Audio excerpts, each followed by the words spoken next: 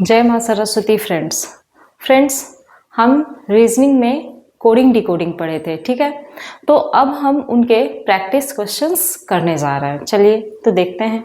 First question है हमारा, एक निश्चित कूट भाषा में ट्रैवल को 156 के रूप में लिखा जाता है एंड पर्सन को 174 लिखा जाता है, तो एलमंड को किस प्रकार से लिखा जाएगा?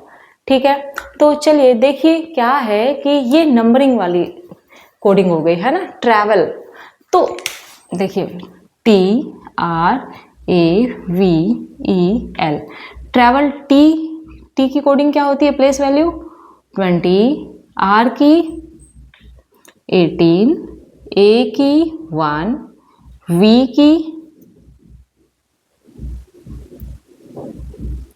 की 22, E की 5, L की 12। चलिए अब देखते हैं ये 156 कैसे आ रहा है।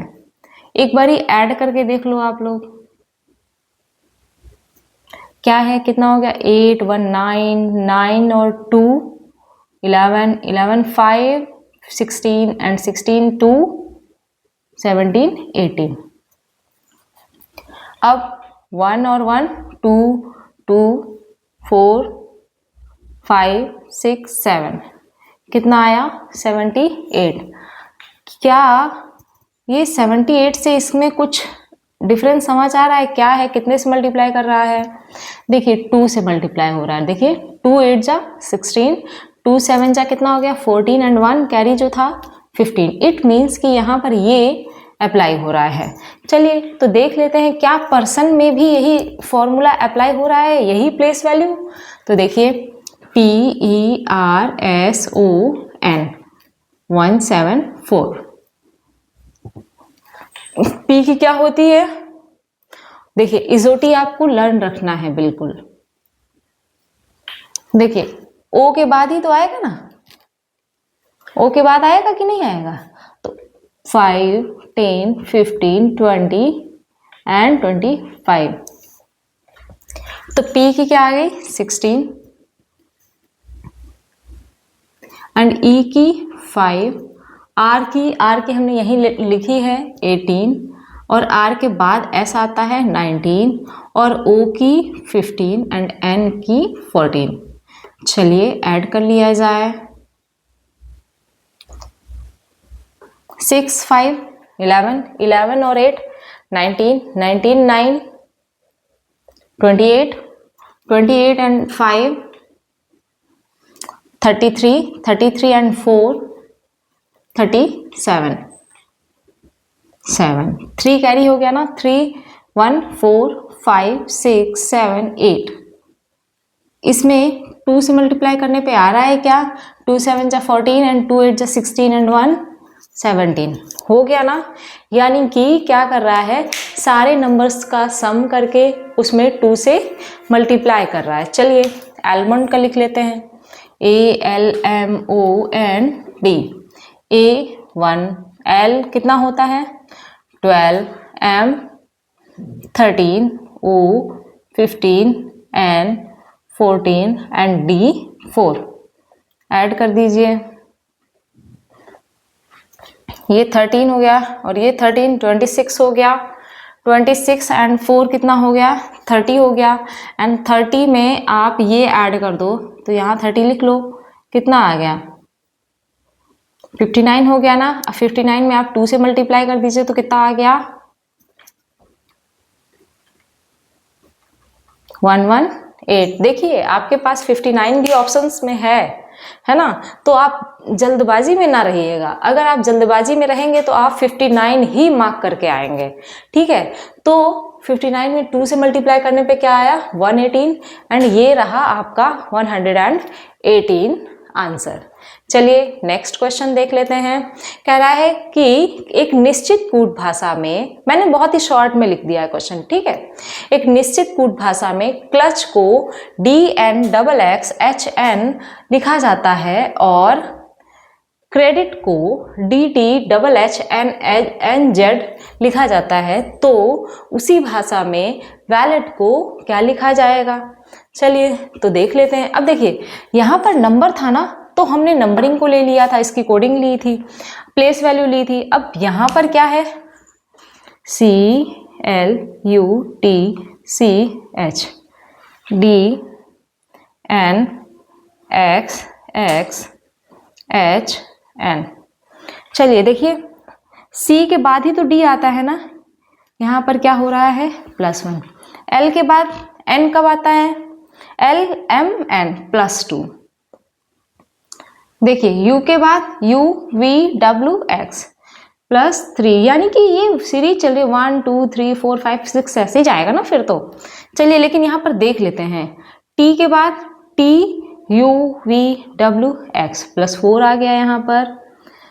C के बाद H, देखिए अगर वैसे जाएं तो C की प्लेस वैल्यू 3 होती है, H की 8, 5 हो गया ना। एंड यहाँ पर देखिए यहाँ पर 8 है और ये कितनी होती है 14, तो यहाँ पे 6 आ गया।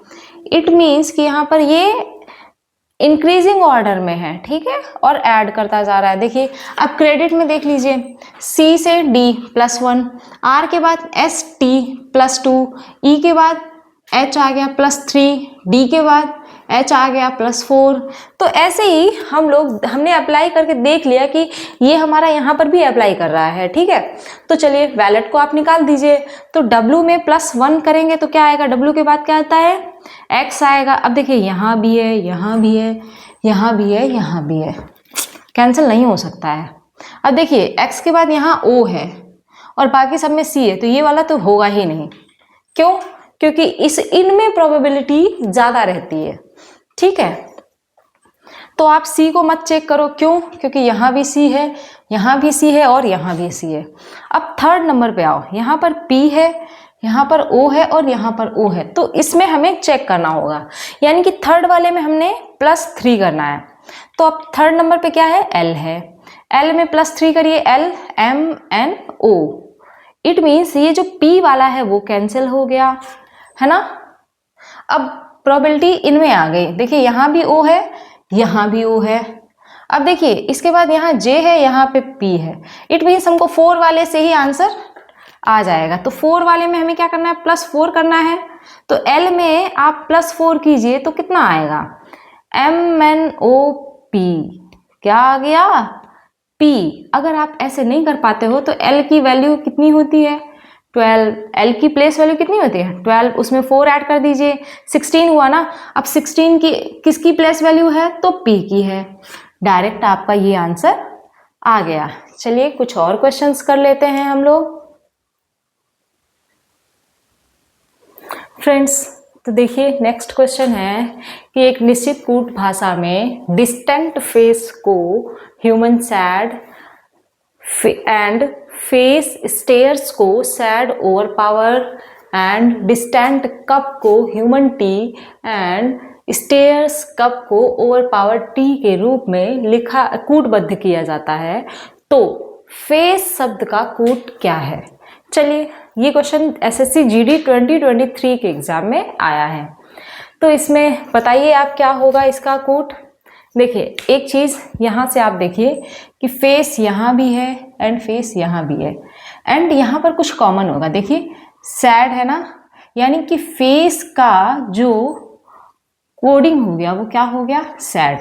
आप यहाँ चाहो तो नोट कर लो, ऐसे ना करके 1 कर दो, ठीक है। फेस का हो गया सैड।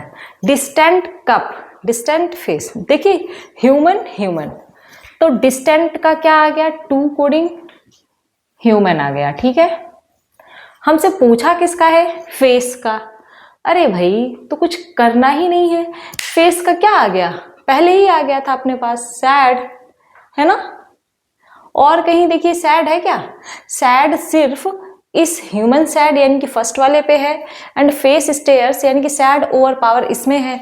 अब देखिए डिस्टेंट का हमने निकाल लिया, डिस्टेंट का क्या है ह्यूमन, यहाँ पर फेस बच गया ना।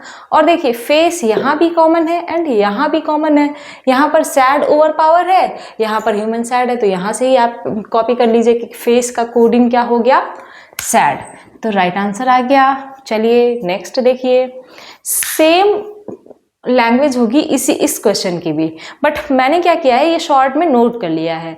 देखिए, फ्रूट हैड स्ट्रिंग को वॉर्म बी व्हील लिखा गया है, हैड फ्रूट को बी वॉर्म लिखा गया है, एंड स्ट्रिंग हैड को व्हील बी लिखा गया है। तो बताइए कि फ्रूट की कोडिंग क्या होगी। अब पहले आप चेक करो कि फ्रूट है कहाँ कहाँ। फ्रूट इधर है एंड इस वाले में है। देखिए, अब इसमें भी बी वॉर्म है, इसमें भी बी वॉर्म है, इधर हैड फ्रूट है ना, हैड फ्रूट है। अब देखिए, हैड यहाँ भी है, स्ट्रिंग हैड, एंड यहाँ पर है व्हील बी। तो व्हील हम क्या कह सकते हैं कि जो बी है वो किसकी कोडिंग हो गई, हैड की। तो बच गया क्या, फ्रूट। तो यहां से हैड की हो गई बी, तो बचा क्या, फ्रूट। तो फ्रूट की कोडिंग क्या हो गई, वॉर्म। तो हमसे पूछा क्या था कि फ्रूट की कोडिंग क्या होगी, तो बता दीजिए फ्रूट की कोडिंग क्या होगी, वॉर्म। कितना टाइम लगा आपको इन दो क्वेश्चंस को सॉल्व करने में। चलिए, अब देखिए नेक्स्ट क्वेश्चन है, पेरेंट को 148 लिखा गया है, रैंगल को 160। तो ग्रांटेड को इन नंबर्स में बताइए कि ग्रांटेड को कैसे लिखा जाएगा। तो ऐसा कीजिए, मैंने सेम टाइप का क्वेश्चंस अभी आपको ऊपर बताया है, तो आपसे ये मैं रिक्वेस्ट करूंगी कि आप इस क्वेश्चन का आंसर हमें कमेंट में बताइए। ठीक है फ्रेंड्स, थैंक यू।